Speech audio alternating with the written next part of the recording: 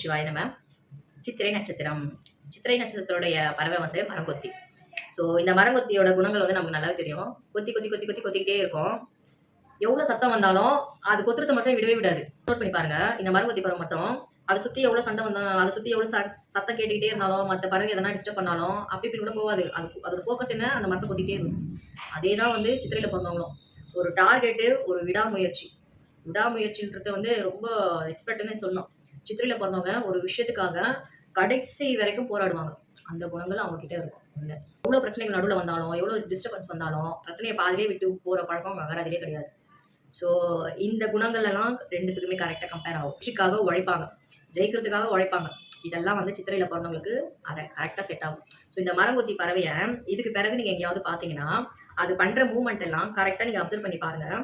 அதோட குணங்களும் உங்ககிட்டயும் இருக்கும்ன்றதை நீங்கள் அப்போ தான் உணர்வீங்க. ஸோ பிரபஞ்சத்தில் நிறைய விஷயங்கள் நமக்கு சொல்லிக்கிட்டே தான் இருக்கும். நம்ம கிட்ட ஏதோ ஒன்று உள்ளுக்குள்ளே ஒளிஞ்சிருக்கு, அது நேரம் வரும்போது அதை நம்ம வெளிப்படுத்தணும். ஆனால் நாம அதை உணராமல் இருக்கும். உங்களுக்கும் இந்த மரங்கொத்தி பறவைக்கும் சிங்க் ஆகக்கூடிய ஒரு விஷயம் என்னன்னா இதுதான், விடாமுயற்சி. தன்னோட ஃபோக்கஸில் கரெக்டாக இருக்கிறது.